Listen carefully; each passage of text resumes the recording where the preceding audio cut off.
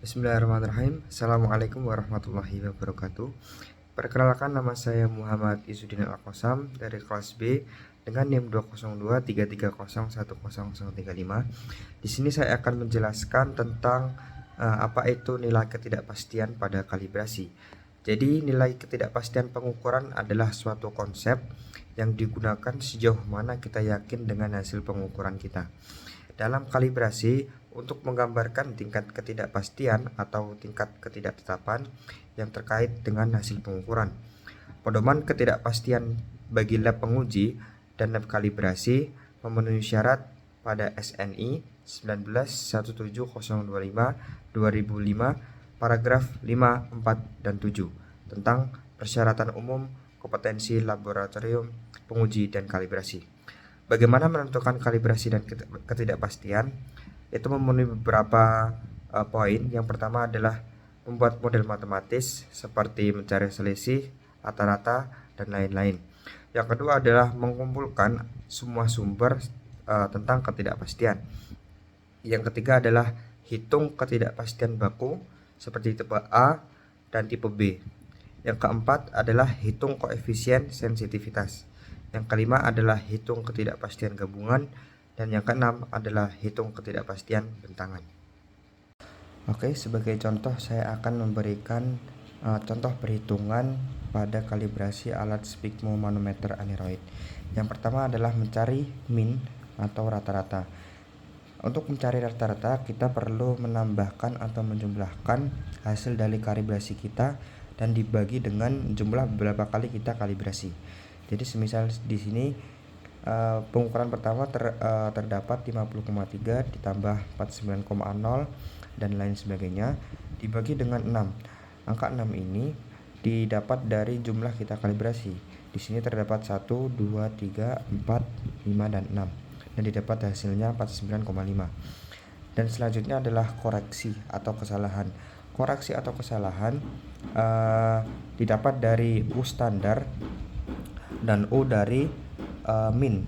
U standar di sini terdapat 50. 50 ini didapat dari tabel pengukuran yang kita dapat sebagai acuan. Jadi semisal di sini 50, maka di U standarnya ditulis 50. Jika 100, maka U standarnya ditulis 100. Lalu ada standar deviasi. Untuk rumus standar deviasi adalah 1/6 dikurangi 1 dan dikali, di sini terdapat nilai 50,3, 49, 48,3, dan lain sebagainya. Nilai ini didapat dari hasil pengukuran kita dan dikurangin dengan hasil dari rata-rata dan didapat dengan nilai 1,26. Yang selanjutnya adalah ada namanya standar deviasi. Standar deviasi didapat dari S standar, yang dimana nilai 1,26 didapat dari standar deviasi dan dibagi dengan akar 6. Akar 6-nya itu didapat dari hasil berapa kali kita mengukuran. Dan seperti di sini 1, 2, 3, 4, 5, dan 6. Dan dapat dengan nilai 0,51. Lalu terdapat derajat kebebasan. Nah, ini N ini juga sama nilainya dengan jumlah berapa kali kita kalibrasi. Maka di sini karena 6, maka ditulis 6 dan dikurang dengan 1, maka sama dengan 5. Lalu koefisien sensitivitas. Koefisien sensitivitas merupakan parameter kita kalibrasi karena kita hanya mengkalibrasi sphygmomanometer aneroid, maka hanya kita tulis 1. Lalu selanjutnya adalah ketidakpastian dari sertifikat alat standar.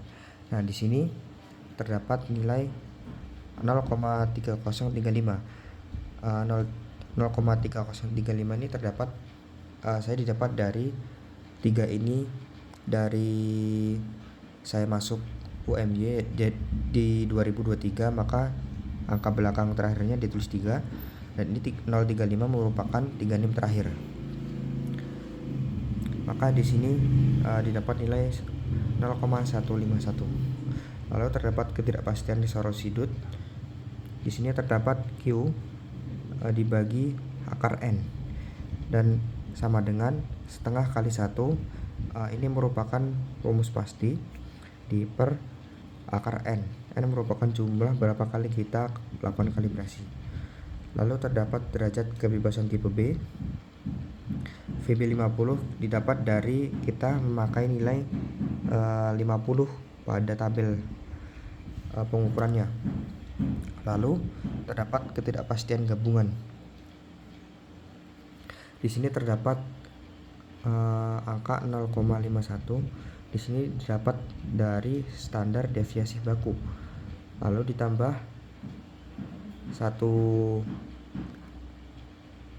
kuadrat dikali 0,151 kuadrat. 01,15 derajat didapat dari ketidakpastian dari sertifikat alat standar deviasi, dan 0,2 didapat dari resolusi DUT.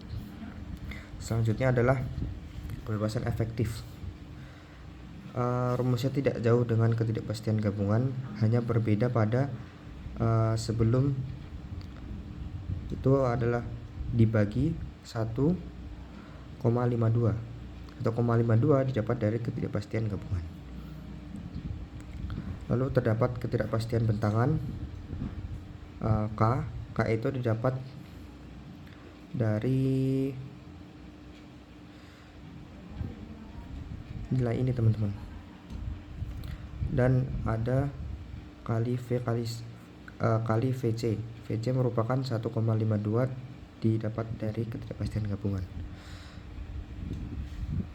Mungkin itu yang bisa saya sampaikan terkait dengan ketidakpastian. Mungkin jika ada salah kata mohon diluruskan. Saya undur diri, sekian, terima kasih.